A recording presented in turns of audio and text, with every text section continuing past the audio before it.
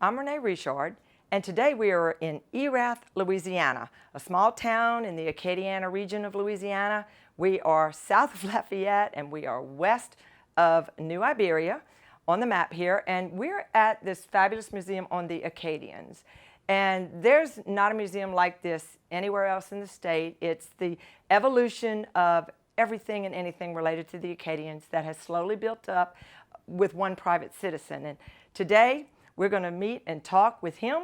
So join us for this episode of Roots of Faith Ancestry.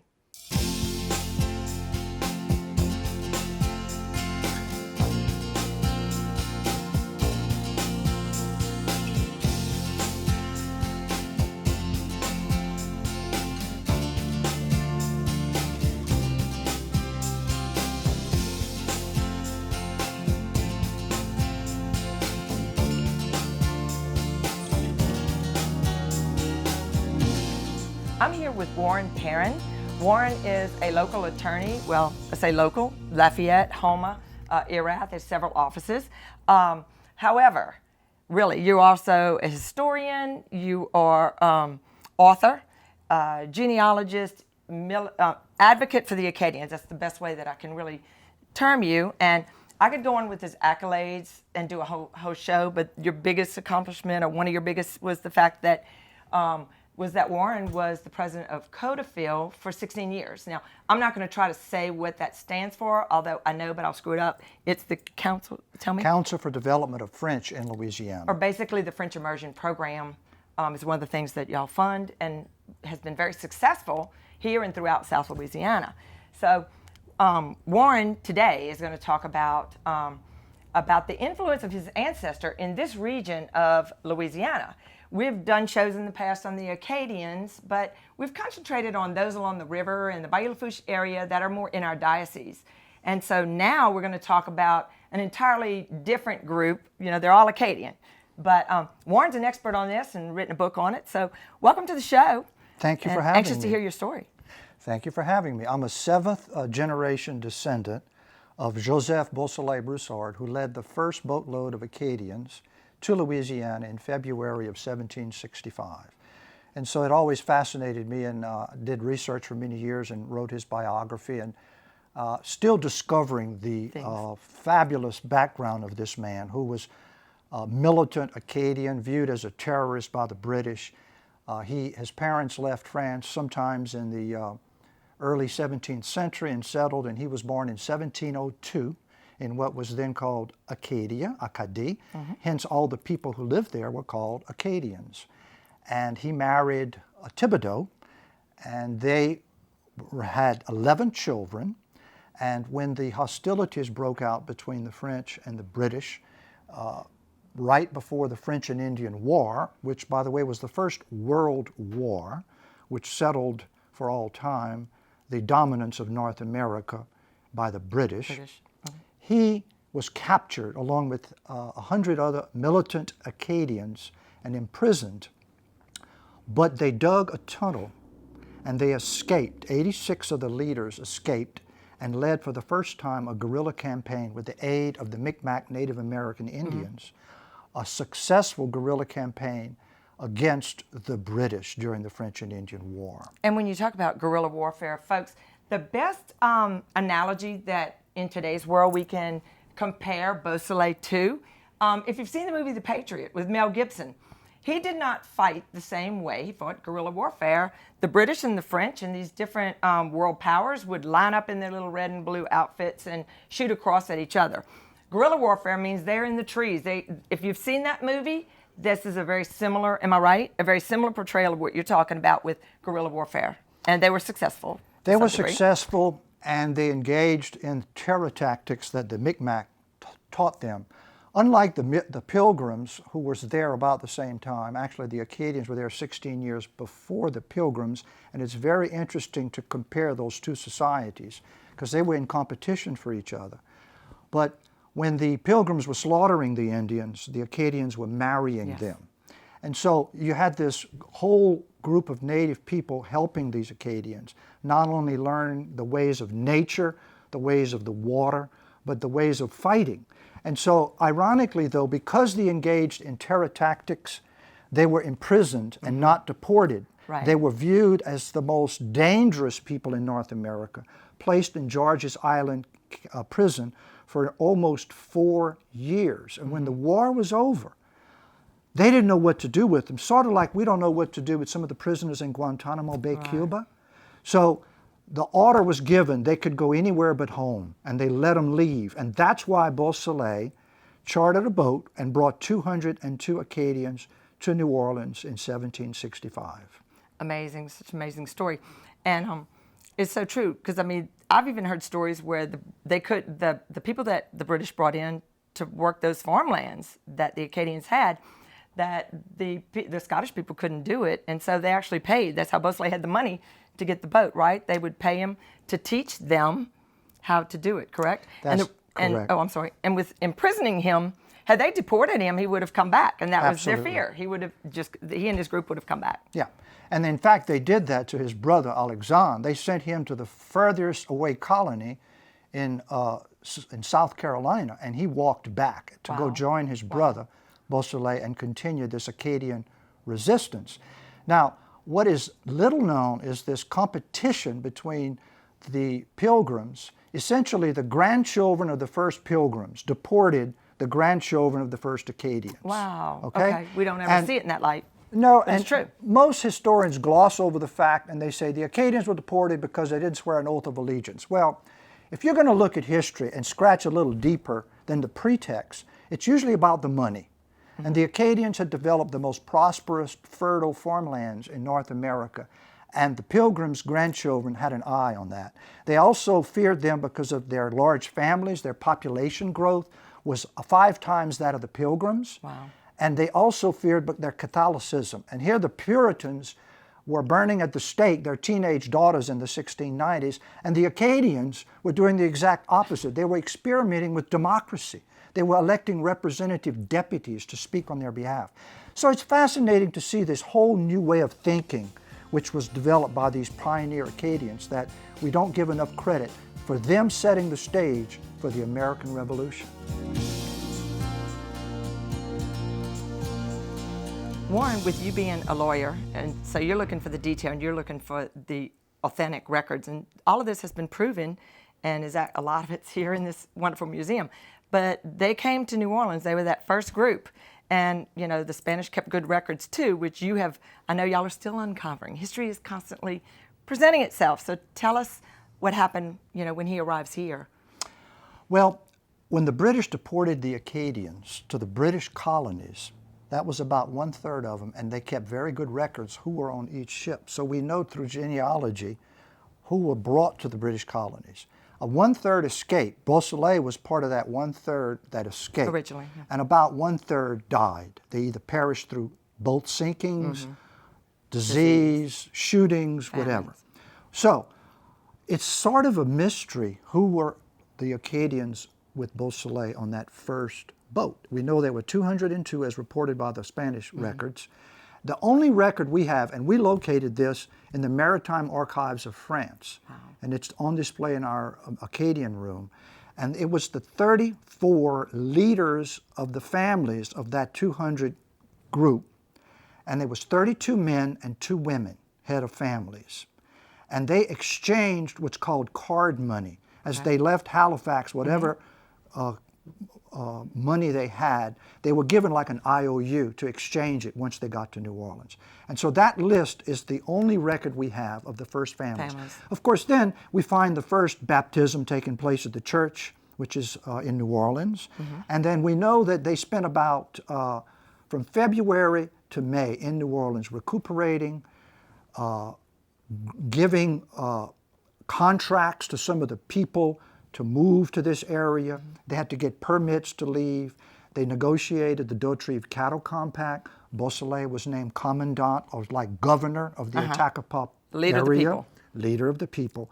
And so finally, when they had everything in order, they appointed a Captain Andre to bring them to this area and find the best site and make a map.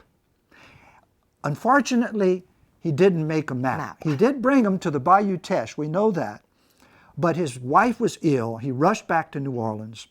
And that leads to a great mystery, the lost Acadian first settlement. Settlement. The only document we have is a priest came to perform several burials because they immediately got they got a disease, smallpox, la picoche. Okay. And so Beausoleil and his brother were dead in October of that first year. Right after they arrived. Yes. And so we don't have the records of them acquiring the land grants until their children are able to secure those grants. But we presuppose that they probably would have settled where their parents had settled. So we're searching now with archaeologists at the University of Louisiana at Lafayette to locate the lost Acadian settlement and hopefully also burial site for these pioneer Acadians. And this is a big deal. We'll be speaking with Dr. Reese to do a whole show just on the whole project there. But that settlement spread out to this entire region. These are the descendants of that first group. I mean, I'm sure others came later on. But very critical. I know there's a record in the Diocese of Baton Rouge that an associate or another historian, Donald Orsino, had us look for and found, talking about it was while they were traveling here, and it was the baptism of a child. And I presume they came through Plaquemine.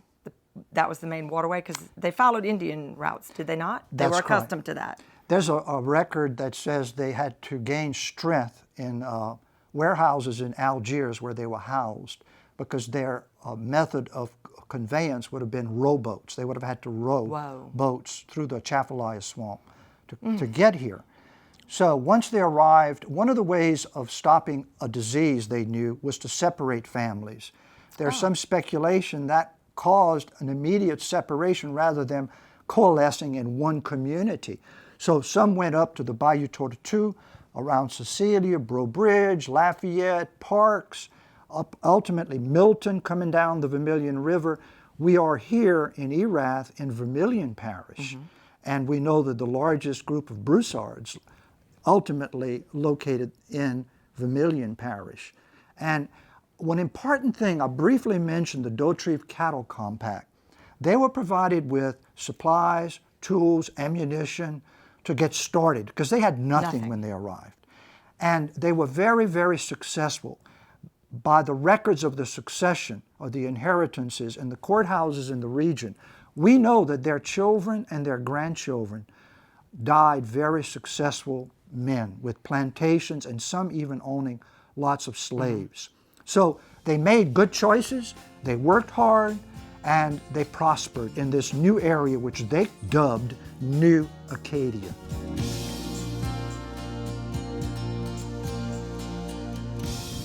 Warren, they settled this area, like we were saying, in like Broussard, Louisiana. It's named Broussard. I mean, all these families that came here. It is interesting because you do see specific names, Acadian names, that are more prevalent here than along the river parishes and all. But tell us a little bit more now about, okay, they've grown now, to today's world, but what happened once they started spreading out and with their culture? Well, what I think the takeaway point when you look at Acadian culture is the fact that they developed this new ethnicity in North America. And they transplanted that to Louisiana. And their priests remarked, they created a Nouvelle Acadie, or a new Acadia of the South, Acadie du Sud. And so there was no desire by the Acadians to assimilate. There was no desire to become part of the elite upper class. There was only this desire to regroup families, settle, and worship their church. That was their three goals. And that basically was what happened for the next 100 years.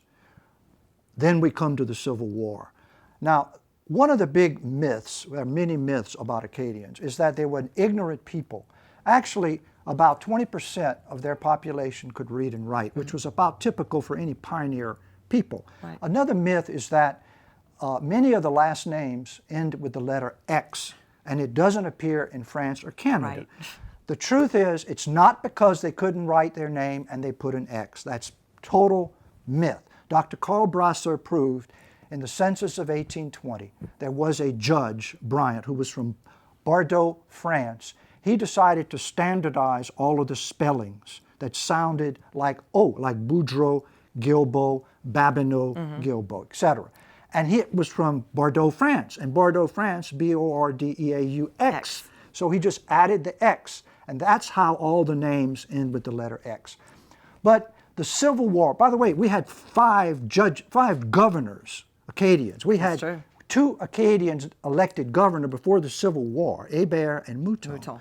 So there were some Acadians who migrated to positions of power. But by and large, they were happy on their little farms, petits habitants, feeding their family, enjoying life, carefree, enjoying their religion. And that's what the culture was until the beginning of the 20th century, and government decided it was not a good thing to speak the native language, and they passed a law in 1916 saying that they could not speak French any longer in public buildings or public schools.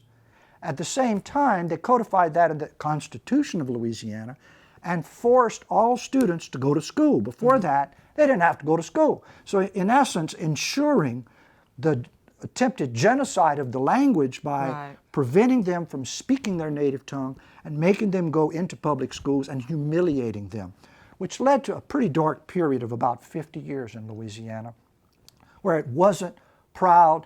I was born in 47, and my mom used to caution us before we left the house, if we were going to a public store or building, parle pas français. Be careful. Don't let them know who you are. It's as though we were still strangers in a different land. And we still to this day refer to non-Cajuns as les Américains, those That's Americans. True. Those Americans. But World War II, another defining thing happened. My father, Bud Perrin, gets drafted, goes in the Army, can't speak English. They call him a dumb Cajun until they use him as an interpreter. They needed him. And then they started calling him Sergeant Perrin when they realized he could speak two languages. And so this is a common story where these Cajuns come back for the first time feeling as though they're Americans. And in French, my dad would say, j'ai parti un Cajun, mais j'ai revenu un Américain, which means I left a Cajun, I came back an American. And so the transformation of the culture was altered forever at that point. Codeville follows the footsteps of the African Americans that created the Voting Rights Act, prohibiting discrimination in '65. That led Acadian leaders to say, if not them, why not us? And so they began pushing for their linguistic and cultural rights, leading to the creation of Codeville in '68, 3 years after the Voting Rights Act was passed, ultimately getting it codified in the Constitution. And now we have 34 French immersion programs in our public schools, and that is the hope for saving our culture. That is. Now, is that 34 in this region? In the state. That's in the state, okay. Statewide. Because I know like Pierreport, in our region has an immersion school as well. Yeah. So that's awesome. We were talking a little earlier about the culture staying alive here, and you mentioned 100 years, and I think part of that here too is that we didn't have the roads that we have of today. We had the waterways, but they were kind of isolated, and they grew, and that culture flourished because that's what was here coming forward. But I want to take a little turn here because you, in doing research, became kind of, I want to say maybe incensed at what the British had done, which led you to go and fight the Queen, or fight the Queen of England? Yes. To get an apology? Yes. Tell us about that. In '88, the United States apologized to Japanese Americans for their internment, which everyone acknowledged was wrong.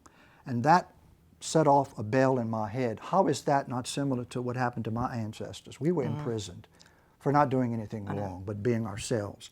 And so I did legal research, ultimately prepared a lawsuit, delivered it to Queen Elizabeth II and Margaret Thatcher in 1990, and demanded no money, but an apology and a restoration of our good name. Because we were labeled like war criminals, we were labeled like malfacteurs, pas bons, people who didn't deserve to be allowed to remain in Nova Scotia, and that was all wrong. We know that history is written by the victors, and I decided it's never too late to correct a wrong in history. that ultimately led to the Queen signing the Royal Proclamation in 2003. For the first time, the British Crown acknowledged the deportation took place in the name of the Crown, and that many Acadians died and suffered as a result of the Grand Dérangement, or the way they call it in England, the Great Upheaval of the Acadian people. And we're just very proud that the British government and Queen, they were big enough to recognize the wrong. And I have to acknowledge the man who really got this done for us was the Prime Minister Chrétien of Canada. I had a private meeting with him at a World Francophone Summit. I had like 2 minutes to make a pitch, and he said, I will make it happen. 2 years later, it was the last official act before he left as Prime Minister, and he got it done. That's amazing. What amazes me, Warren, about the Acadians, too, is that with the deportation, not just Beausoleil, but with the whole deportation, how many of them found each other and came back here. But many did not. I know some returned to Nova Scotia, some stayed in France and all. So you've done the work, and you've written a whole book just about this, right? About what's out there and, in the world. So tell us a little bit about where they are or what happened. The good word to use to describe what happened is diaspora. It means like a spreading to the winds of seeds, the way you would Which is what they intended to do. Yes, that was the way they thought they would just destroy the culture. And my wife and I wrote a book called Acadia Then and Now, and documented 40 places in the world where you can go today and find a vestige of the culture alive, either a museum or a festival or a school or something. And so it begs the question, have Acadians ever tried to reunite?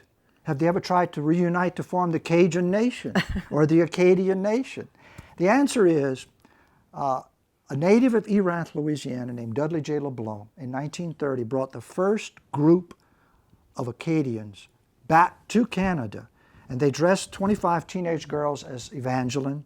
They brought 3 priests and 7 men and went on a 3,000-mile train trip over 17 days.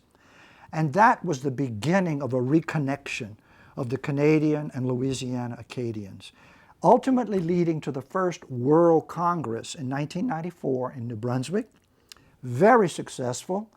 And then we hosted it here. Lieutenant Governor Kathleen Babineau Blanco hosted the second reunion in Louisiana in 1999. And so we have them every 5 years, a big fun time, 2 weeks, genealogy conferences, partying every night, celebrating the fact that despite the British best efforts, they could not destroy the Acadian people. And after 400 years of setting foot in North America, we're still standing proudly as ever today. That's so true. And you said there were 45 40. different areas, 40 around the world. Yes. So we're talking about Canada, France, U.S. Are those the only areas? No.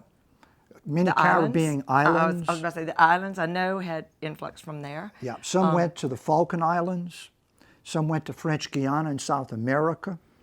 So it's really a scattering all over. Out of this, I think it's out of this, you can correct me if I'm wrong, but we have what's called twinning of cities. Am I correct? So I know in our diocese, like Napoleonville, Louisiana, is twinned with a city in France. Correct. But so we have twinnings going on also where the communities are linked by the common thread, and that's the Acadian thread, is it not? Absolutely. And you can go back to Europe, especially on Normandy Beach, and there are communities there where many Acadians who had been deported ultimately remained there, never came join their cousins in North America. And they're still celebrating with festivals and fairs and events.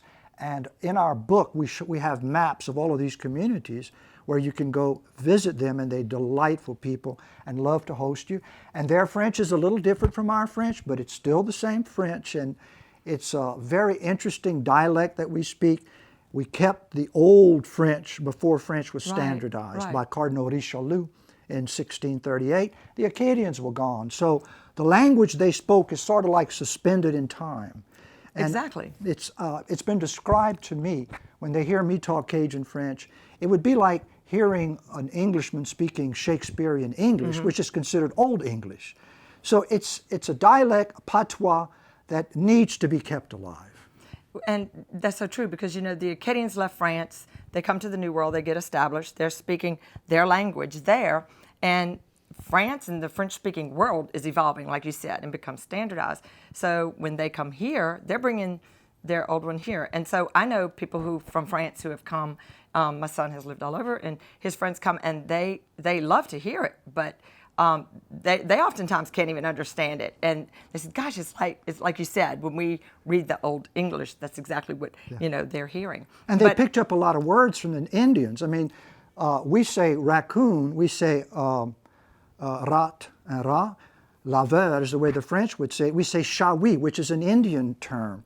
And we say lagniappe. We think lagniappe is French. Lagniappe is Spanish. So we picked up from all the cultures we bumped into, we picked up vestiges of their language and incorporated it in what's Cajun language today. Right, and things like television, airplanes, that don't exist. I mean, those words are just English words, Sure. thrown in because there's no word for it. Yeah, That kind of came. for automobile.